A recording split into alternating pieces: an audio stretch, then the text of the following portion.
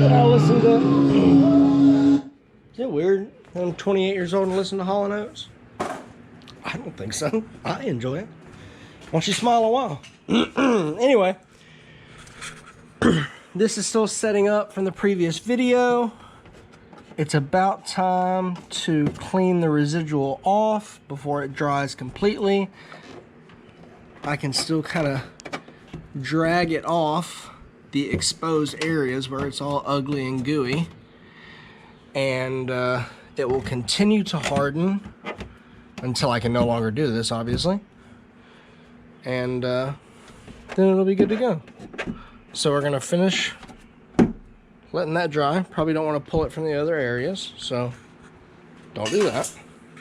All right, next project, we're getting back to videos on the coupe. I need to make progress on that.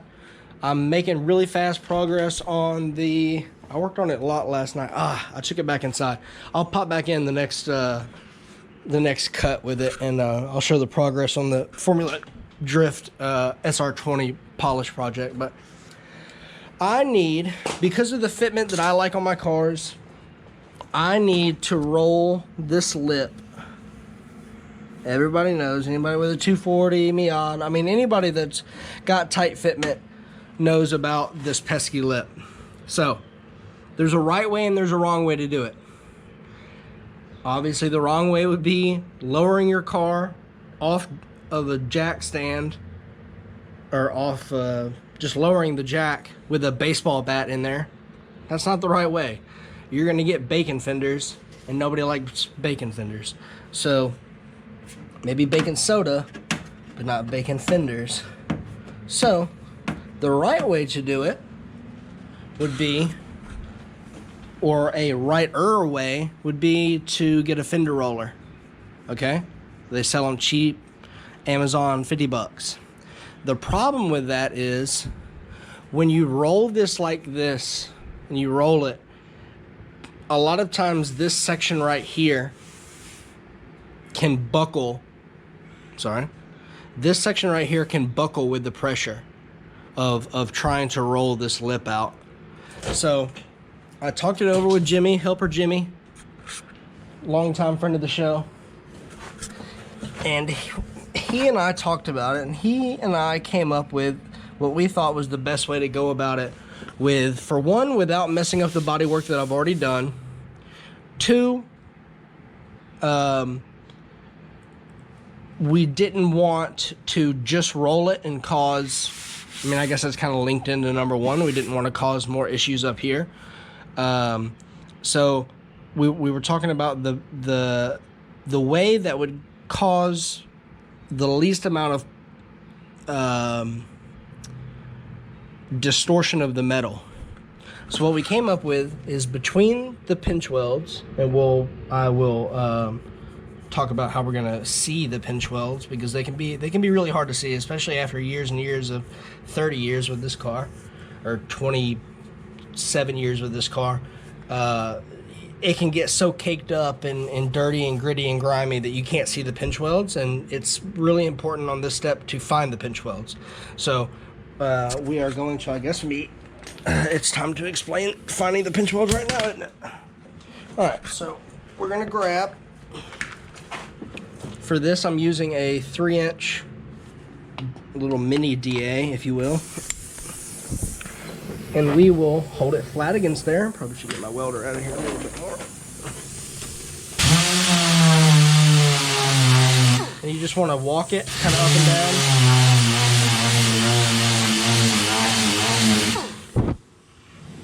And it will show you the pinch welds. One there, one there.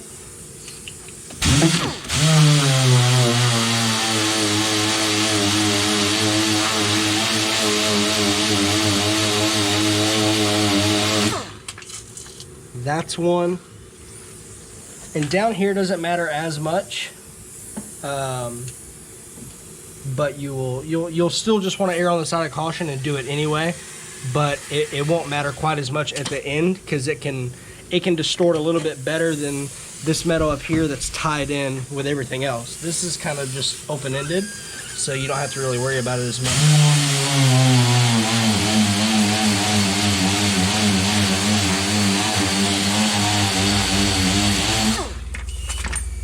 Now, I can see just, well, I mean, I do this for a living, so I know, so I'll just tell you that that is a pinch weld. We've got kind of a high mark where the metal distorted when the machine pinched it. So that's one. They will usually be in about 1 3/4 inch to 2 inch intervals.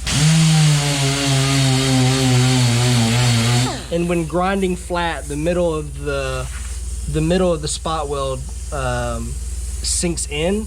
So when you're sanding, all the paint will get scraped away except for the middle of the spot weld, so therefore exposing the spot weld. So spot weld. Alright, I'm going to finish sanding this because I need to cut the clip before the memory card fills up, and I will get back to you where we can see all of the spot welds. All right, next scene cut. I'll have your polish projects for you. I haven't gone back inside yet. All right, so as you can see, and I've accentuated with a green marker that doesn't really show up very good, the spot welds. Now you'll see lines, bam, bam, bam, bam, bam, wham, man, thank you, man. So that's where I'm going to be cutting. I don't know if I even mentioned that's what I'm doing, but air saw, about $100, and I'm going to cut to here. Now I'll make a demonstration of that. The idea, all right, so the idea behind this is if I cut here and I cut here, leaving these pinch welds intact will allow the outer wheelhouse, this structural piece in here, and the actual body of the car to still be connected while doing this. But since you have pie cuts, essentially, you'll be able to hammer these over, for one, easier, and two, without distorting this. A lot of people think it's necessary when rolling this lip to accommodate bigger tires to use a fender roller and pull this panel out. Well, I want a stock body car. This thing is unmolested and I want to keep it that way. So I do want to fit and run the tires that I want to run, and they will not fit a stock body car. So I do have to tilt this lip over, but there's a right way and a wrong way to do it. Most of the time, you're either going to damage your quarter panel, or you're going to pull this lip out and you no longer have a factory body car. It's kind of now a ghetto wide body, and I do not like the look of that. I do not like the look of that little pooch there. It's unattractive to me. So I will try to, I'm only going to make one cut just to give you a demonstration, because this thing is extremely loud, and I know if it's loud to me, it's going to be loud to you. So maybe turn it down just for a second. I'm going to give you 5, 4, 3. Wow. All right. So I didn't get, I fucked up. That's my bad. That's my bad.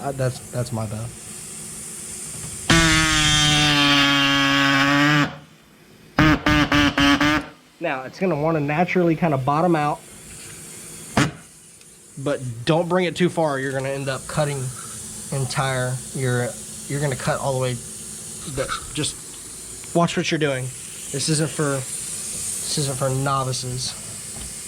I said I was only going to do one. I'll come back when they're cut. Maybe not go that deep. You do have to weld these once you get done. The pros to welding these is since you're going to be running really flush fitment, if the tire hits one of these, you don't want these to try to split or start to run a crack or anything like that, especially when you have fresh paint on it like I'm going to have. So you're going to want to weld the very tip of them to try to, like, it's kind of like a crack in a windshield. You don't want it to run, so you just kind of cap it off. So that's what we're going to be doing at the end So I'm gonna get all these little layers cut. I've got it cut from here to here. That's, you just kind of need the top where your wheel would have interference, and then this last little section will kind of tap it over, kind of make it look a little bit more natural, and we'll get her done. All right, like I promised, it's here. Now this thing's actually covered in, it's been inside, and now it's really hot outside, so it's covered in like dew, condensation. So it's not coming across on camera as reflective as it really is. But if you want to see what it really looks like, take a look at the last video. I'm actually giving this away to one of my first 1,000 subscribers. This, along with at least 150 cash. I'm thinking about upping it, but at least 150 cash, and this. Obviously it doesn't look super spectacular right now, but check out my last video and you'll see, or maybe second to last video, and you'll see how good that looks. Same thing with this. It's really hard to see how reflective it is because it's covered in, I don't have a microfiber out here. It's got so much condensation on it because it's so slick, but you get the idea. So giving that away, like and subscribe. You don't really have to like. I'd like you to like the I'd like you to like the video, but for this little giveaway, you only have to be a subscriber at this time. So first 1,000 subscribers, I'll put your name in a randomizer, and it'll pick one of you, and I'll send this shit to you for free. The cash and the little thing over there. I'll also be doing a video here soon about how I made this little hammer. It's kind of my, I mean, it's been beat up and used and messed with now, but this is kind of my rendition, my version of a Martin kind of close quarters hammer. I made this out of a cheap Harbor Freight hammer. Obviously you cannot buy this. I made this, polished it up, mirror polished it. I've got some pictures I may throw in here. I'm sure I will, because I was really proud of it. It looked really good. But anyway, so we've got all the cuts made, and now we are going to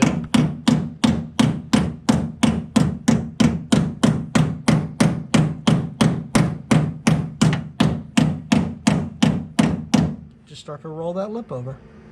Now, since they can flex individually, instead of trying to twist a already kind of twisted metal piece, now they will flex and you won't ruin this already done bodywork. Now, I don't know that I would necessarily suggest doing this to a car that is got fresh paint on it, or paint that you're not trying to mess up. I would do this during the bodywork stage, especially when I do the videos of doing this to the fenders. It's just about the same process, but you're way more likely to get this done without messing up paint. Obviously, I don't have to worry about that, but somebody viewing this video might have to worry about that. And I'll hopefully remember to come back and think about that a little bit more. Let me think about it a little bit more. I don't know. Off the top of my head, no, it doesn't sound like a good idea to be beaten back here if you've got good paint on the vehicle. So right now I'm going to say no, but I may come back and change my mind. But anyway, so we're just rolling this lip. You're not trying to just beat the shit out of it. You're not trying to get the biggest hammer you've got. You're not trying to get a sledgehammer in here. You're trying to just move it nice and slow. Because again, we're not trying to distort this metal. The whole idea is not have to do a bunch of body work or any body work at all. The reason why me and Jimmy came up with this way of doing it is for me and for people that already have super straight body and they do not want it fucked up. This is for you. This is the way of rolling your fenders for more fitment for really clean body cars. Now this is my junkyard save, so it's not a really, it's gonna look good, but it doesn't really fall into the category I just described, but I'm doing it to it. Now again, you want to hit the lip up like that. I just kind of caught myself doing it. It's not a big deal because I'm not done, obviously. I've not even brought it to primer. But you do not want to hit directly on the lip this way. You're going to push this panel out. You want to hit it at the very top and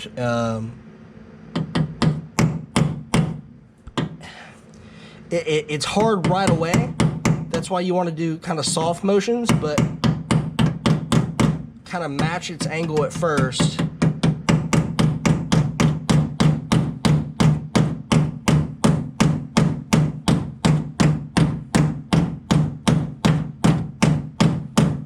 Now, probably the best I can do, it's still going to pooch out, not pooch out, but I will probably have to do a wipe on this outside.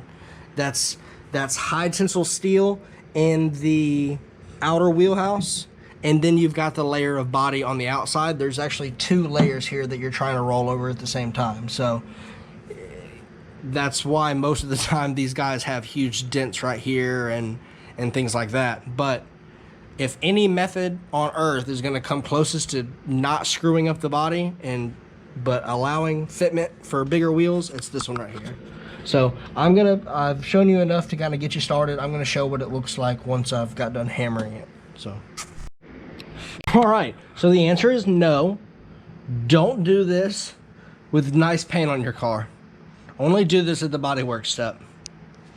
Even at the best you can do, like, this isn't bad. I'm not sitting here saying, oh gosh, damn, I fucked up. No, it's not bad, but you wouldn't, it's gonna have to have a wipe, not Bondo, but just wipe a finishing putty, like real light, and just re-blocked. But yeah, don't do this. Only do this if you're doing body work on a car. This is the right way to do it, and it worked out perfectly. I still got a little bit more hammering to do, but you kind of get the gist. And now we'll take this right here,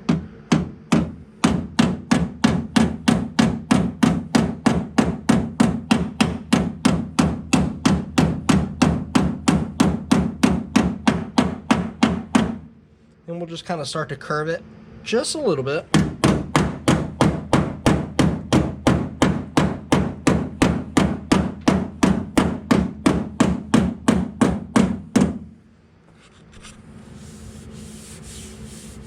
Yeah, it's fine. So now it kind of starts to do a barrel roll. Kind of tries to barrel roll like a roller coaster right there. So that's what you want. You can even kind of tilt it off like that. Look how good that looks. So sometimes you can come in here at where the cut ends.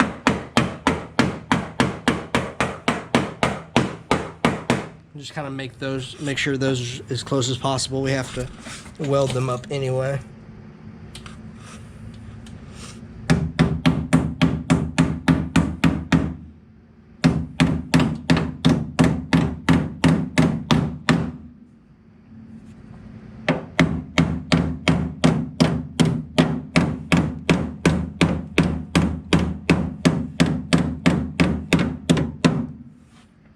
There we go.